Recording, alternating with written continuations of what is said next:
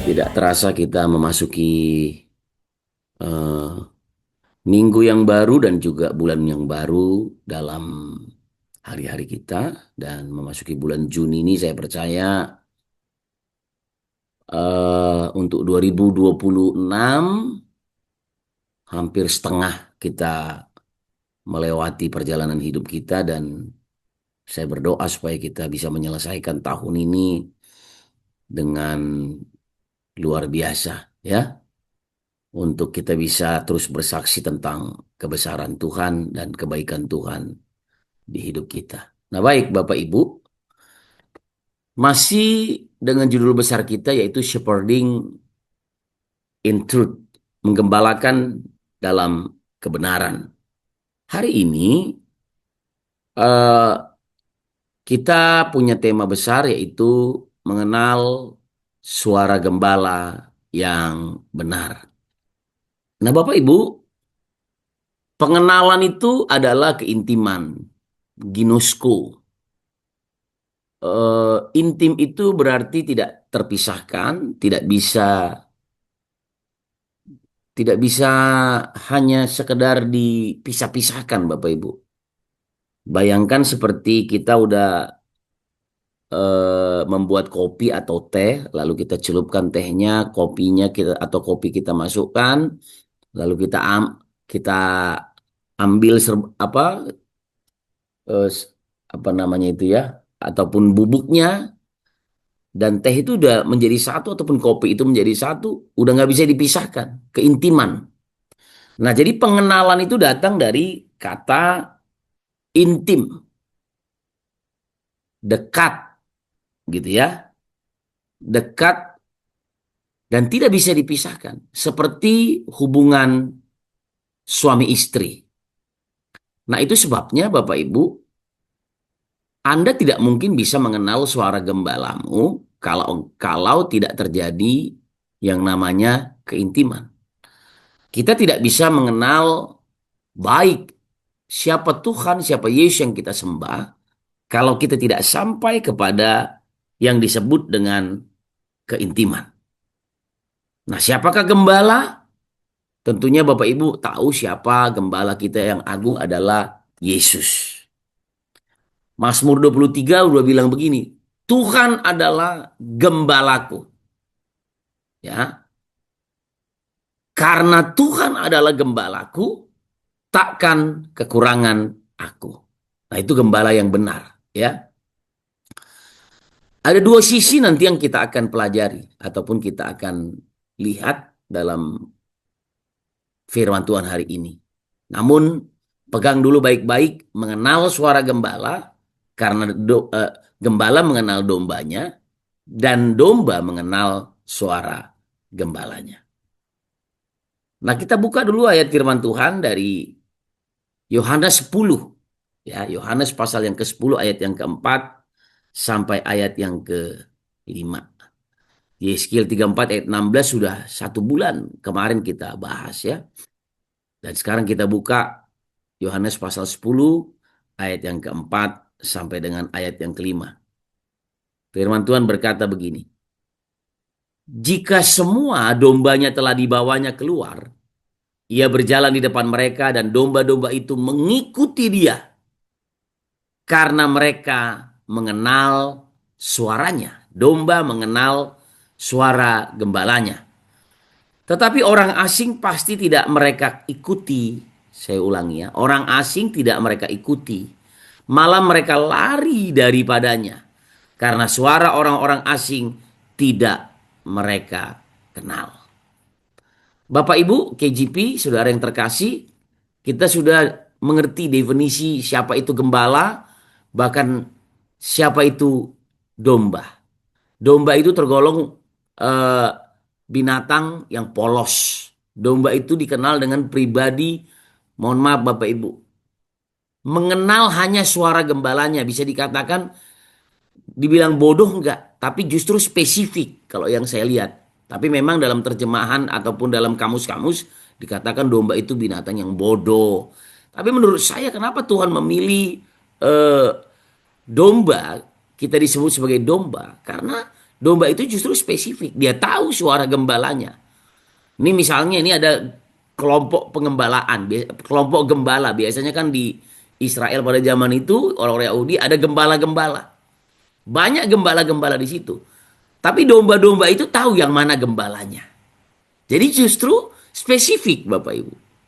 Nah, di ayat yang keempat tadi dikatakan, jika semua dombanya telah dibawanya keluar, ia berjalan, sang gembala berjalan di depan mereka dan domba-domba itu mengikuti gembala karena mereka mengenal suaranya. Tetapi orang asing pasti tidak mereka ikuti, kata firman Tuhan. Nah, jadi Bapak Ibu, dua sisi yang saya mau katakan bahwa gembala sejati mencari dan menjaga domba-dombanya. Ya, gembala sejati itu mencari dan menjaga domba-dombanya. Tapi dengan sisi yang lain, domba mengenal suara gembalanya dan tidak mengikuti suara asing. Yang ngerti katakan amin, Bapak Ibu. Ya, siapa kita hari ini dalam posisi sebagai gembala? Mungkin Bapak Ibu menggembalakan komsel, menggembalakan rumah tangga, menggembalakan perusahaan, menggembalakan gereja, menggembalakan di pekerjaanmu. Sebagai gembala, apa yang menjadi kondisimu hari ini? Apakah engkau mencari dan menjaga domba-dombamu? Nah, sebagai domba, saudara mungkin di kantor, di perusahaan, di gereja, sebagai domba, sisi sebagai domba, apakah engkau mengenal suara gembalamu dan tidak mengikuti suara asing? Jadi, mengenal suara gembala dan juga gembala mencari dan menjaga domba-dombanya. Saudara, kondisi zaman ini ya, kondisi zaman ini, gereja-gereja saya bawa khusus juga kepada pelayanan kita di gereja-gereja, kebisingan suara terlalu banyak ya, noise-nya terlalu banyak Bapak Ibu. Dan itu mempengaruhi hidup kita. Kehidupan dipenuhi berbagai suara yang mempengaruhi kita. Dari media sosial, nasihat orang tua, hingga suara dari dalam diri yang sering membingungkan arah hidup. Ya, dan Bapak Ibu sering kita menjadi kecewa. Karena kita akhirnya nggak tahu mana yang mau kita dengar. Kebisingan pada zaman ini. Mana sih yang benar? Tapi sekali lagi saya kembali ke Yohanes pasal 4 dan 5 tadi. Domba mengenal suara gembalanya. Siapakah gembala agung itu? Yesus. Katakan amin Bapak Ibu. Nah jadi noise terlalu banyak. Bayangkan kalau saudara lagi nonton TV, terus kebisingan di mana-mana. Kita lagi nonton drama Korea misalnya.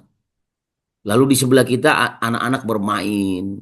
Lalu ada yang lagi telepon, ngobrol.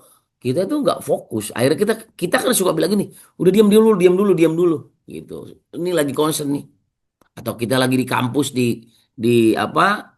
Di sekolah, lagi dengerin dosen ataupun guru kita berbicara, lalu banyak suara-suara yang lain, kita kan nggak tahu mana yang mau didengarkan.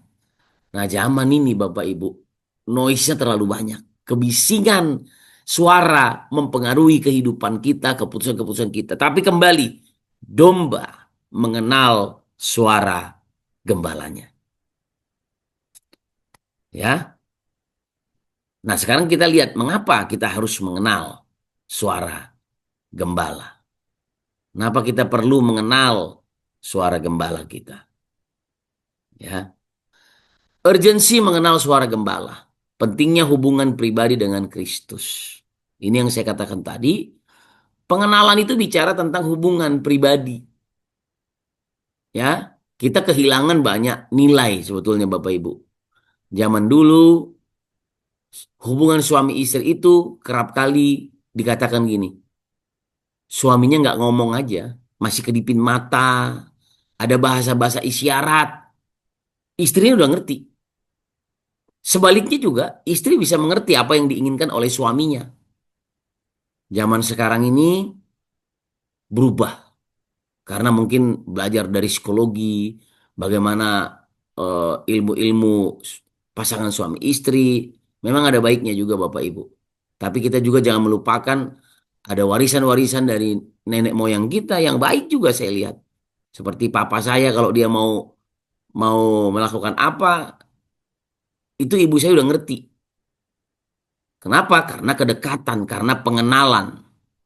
Nah, jadi di zaman ini berubah. Kok nggak ngomong gitu kan? Ngomong aja kan begitu kan? Saudara nangkep maksud saya ya? Ada istri atau suami bilang sama istrinya, nggak ngomong ya saya nggak ngerti. Ah, ini udah pengenalan yang sangat sempit akhirnya. Bukan berarti saya menyalahkan. Tapi dulu berbeda. Ya, zaman dulu itu ibu-ibu itu tahu suaminya pagi-pagi, oh ini suami saya mau begini, mau ini. Jam sekian suami saya ini. Dia tak tahu betul. Kalau zaman sekarang bisa aja istri bilang, ya nggak ngomong ya aku nggak ngerti. Ah, ini masalah Bapak Ibu. Berarti nggak kenal, tidak mengenal. Karena Yesus itu membangun 3,5 tahun dengan murid-muridnya pengenalan Bapak Ibu. Sampai sampai murid-murid itu, guru, guru, bangun guru, kita ini mau mati waktu mereka di angin badai. Tapi Yesus bilang apa? Aku udah di sini, kamu nggak percaya kan gitu. Itu pengenalan Bapak Ibu. Banyak hari-hari ini kita nggak kenal orang-orang di sekeliling kita, ya sehingga orang kecewa. Kenapa? Karena memang tidak mengenal. Nah, Bapak Ibu sebagai jemaat kita harus mengenal juga siapa gembala kita. Di pelayanan, sebagai pekerja mungkin kita, sebagai pelayan, saudara harus mengenal suara gembalamu. Terus jangan saudara bilang, enggak saya nggak tahu itu maksudnya apa. Ya berarti saudara tidak mengenal. Banyak kali kita lakukan itu. Makanya saya suka kasih contoh. Ya, ataupun dalam pelayanan saya punya bapak rohani, Pak Roni yang paling dekat hari ini. Tapi saya punya bapak-bapak rohani sebelumnya, sebelum di GBI Rock, saya juga punya bapak-bapak rohani. Sebelum saya ada di GBI Rock, saya ada di GGP. Saya punya bapak rohani.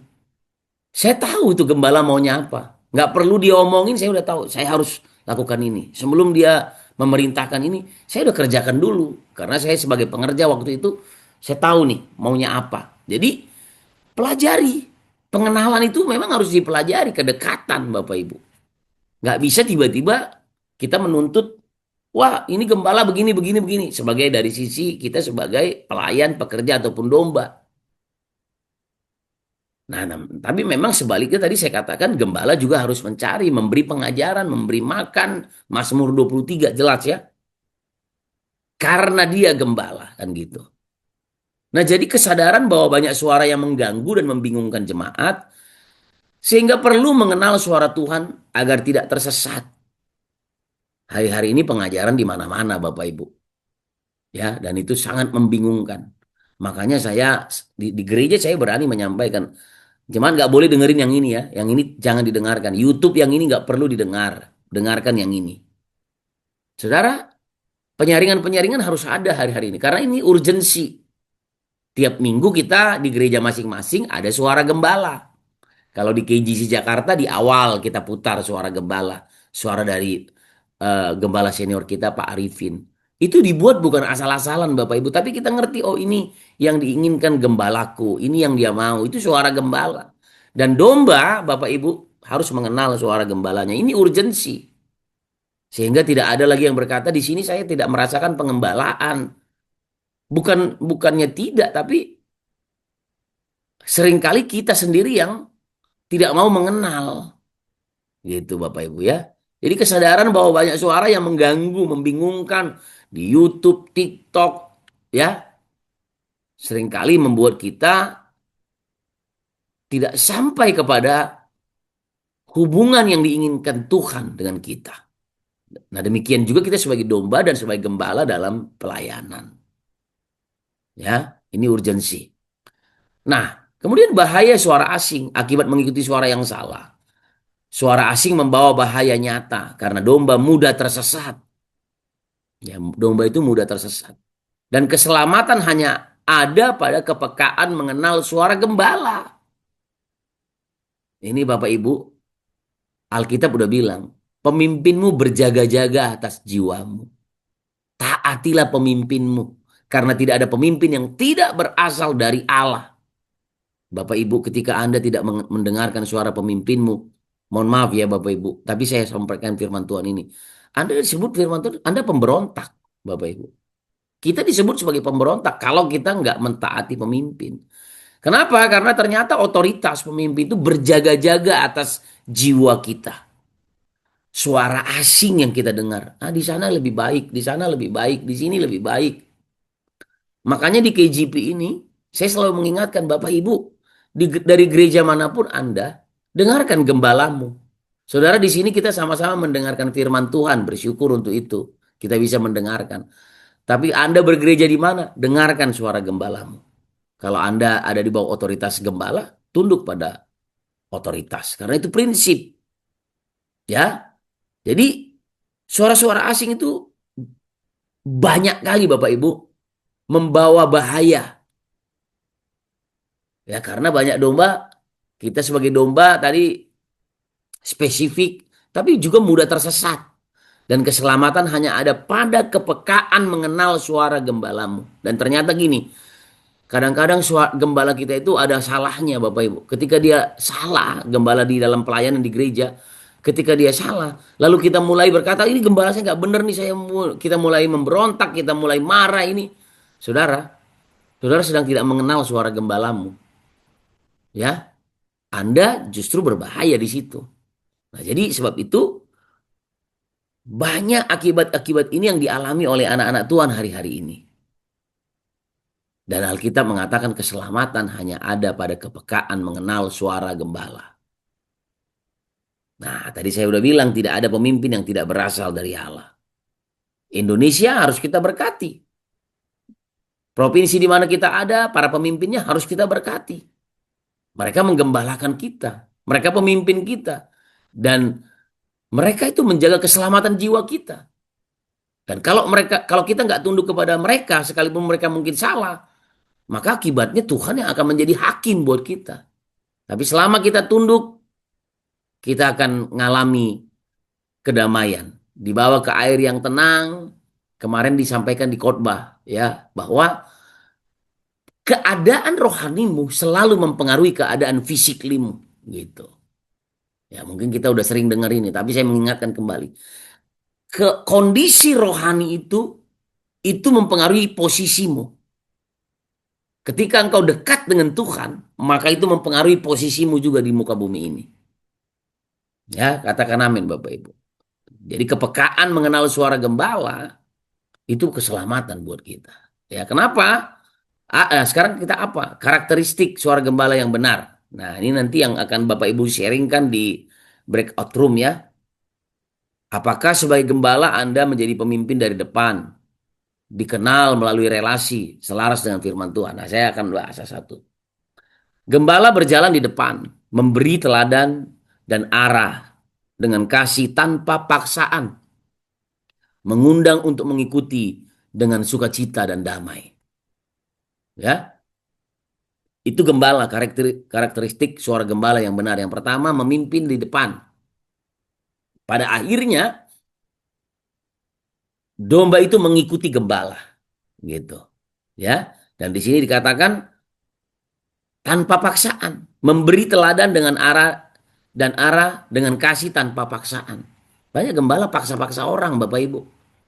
Saya tipikal gembala yang rindu dari hati saya, rindu untuk kita saling mengenal, mengerti. Nggak usah terlalu banyak ngomong juga barangkali ya. Tapi kita udah ngerti di dalam tugas pengembalaan, dalam pelayanan ini, di tempat di mana kita mungkin menggembalakan dan digembalakan. Keteladanan. Kemarin saya diwawancara juga. Jenis komunikasi apa yang lebih Anda bangun, kata pewawancara ke saya. Saya bilang, keteladanan. Mau ngomong banyak juga nanti urusannya kan keteladanan yang harus yang diperhatikan orang-orang. Ya, bagaimana hidup kita. Nah, di sini katakan tanpa paksaan, mengundang untuk mengikuti dengan sukacita dan damai. Tapi kita bisa menyaksikan berapa banyak gembala-gembala itu yang otoriter, paksa-paksa orang, nggak bisa. Ini kan begini. Ini kan organisasi harus begini. Saya tidak menolak namanya struktur organisasi itu penting. Tapi kita membangun kekeluargaan, Bapak Ibu. Ada prinsip Bapak, Ibu, anak. Itu yang lebih penting. Tapi organisasi juga perlu, bukan nggak penting. Saya ngomong kemarin waktu saya diwawancara, saya bilang, saya membangun keteladanan rohani. Jadi Tuhan bilang gini bahwa eh, eh, organisasi itu penting, hubungan itu juga penting, gitu. Tapi porsinya jangan sampai salah. Seimbang. Seimbang itu nggak harus 50-50, Bapak Ibu. Karena Alkitab bilang gini, latihan badani terbatas gunanya. Tapi latihan rohani sama-sama penting. Tapi latihan rohani itu harus di atas. Kalau 50-50 itu nggak seimbang. Gitu. Justru karena latihan rohani itu berguna sepanjang masa. Latihan badani itu terbatas. Seimbang itu nggak 50-50, tapi kalau buat saya dan apa yang saya dapat dari firman, latihan rohani itu harus lebih banyak daripada latihan badani. Karena tadi dikatakan, saya udah katakan bahwa kondisi rohanimu, kondisi revival rohanimu itu mempengaruhi kondisi fisikmu dan posisimu. Nah, jadi keteladanan mengundang untuk untuk domba mengikuti dengan sukacita dan damai. Nah, itu yang saya bangun selama ini. Dekat dengan semua jemaat, bisa tertawa, bisa bercanda. Tapi Anda harus ingat posisi bahwa saya gembala dan ada domba dan ada jemaat. Saya juga punya gembala ketika saya ada dengan para pemimpin di atas saya. Saya tahu mereka bisa bercanda dengan saya, bisa bergurau dengan saya. Tapi saya tahu memberi respect dan hormat, Bapak Ibu. Dekat berarti bukan tidak berarti bukan tidak ada hormat. Dekat bukan berarti tidak ada apa respect. Sebagai gembala pemimpin kita kita dihormati bukan berarti kita tidak bisa bercanda dan bergurau, boleh tetap. Nah, itu dia. Jadi memimpin dari depan. Kemudian dikenal melalui relasi ini ya. Ini saya udah singgung tadi banyak di poin satu. Keintiman dengan Tuhan melalui firman dan doa menghasilkan kepekaan mengenal suaranya. Itu sebabnya kita di KJP ini dekat dengan Tuhan melalui apa? Dengan doa, firman, sharing firman, semakin dekat. Alkitab bilang apa? Tuhan Allahmu ada di antaramu. Di antaramu itu maksudnya apa? Ketika kita sharingkan firman, maka Tuhan ada bersama-sama dengan kita. Amin, Bapak Ibu. Jadi, gembala yang benar itu memimpin dari depan, dikenal melalui relasi. Relasi, ya. Relasi itu hubungan. Ginosko tadi. Yang ketiga, selaras dengan firman Tuhan. Suara gembala sejati tidak bertentangan dengan Alkitab dan membawa damai serta ketaatan kepada Kristus. Jadi basicnya apa? Alkitabiah, biblical. Kita menolak yang di luar Alkitab. Katakan amin Bapak Ibu. Karena firman Allah, Alkitab itu adalah firman Allah. Selaras dengan firman Tuhan. Nah, Bapak Ibu, ayo kita lihat. Apakah kita mengenal suara gembala? Dan apakah kita juga sebagai gembala memimpin dari depan dikenal melalui relasi selaras dengan firman Tuhan. Nanti saya berhenti di sini sharingkan tiga hal ini. Dalam hidupmu sebagai gembala apakah engkau memimpin dari depan? Jangan-jangan cuma dorong-dorong orang terus dari belakang. Biarlah domba duluan yang jatuh dulu kalau apa. Jangan Bapak Ibu. Kita harus berdiri di depan. Kemudian dikenal melalui relasi selaras dengan firman Tuhan. Sharingkan tiga hal ini di breakout room. Lalu sharingkan juga sebagai domba apakah Anda mengenal suara gembalamu. Baik itu gembala agung kita Yesus Kristus dan juga gembala-gembala dalam pelayanan. Karena saya sangat percaya gini Bapak Ibu. Kalau Anda nggak tunduk kepada gembalamu yang ada di bumi ini, bagaimana mungkin kamu bisa tunduk kepada yang nggak kelihatan? Mari kita berdoa. Tuhan, kami percaya Engkaulah Tuhan dan Raja kami. Berkati kami sesuai dengan kehendak-Mu ya Tuhan. Kami rindu, kami mengenal suara-Mu lebih lagi. Dan kami juga ada dalam pengembalaan yang benar melalui hamba-hambamu melalui pemimpin-pemimpin otoritas yang di atas kami. Demi nama Yesus, yang percaya katakan,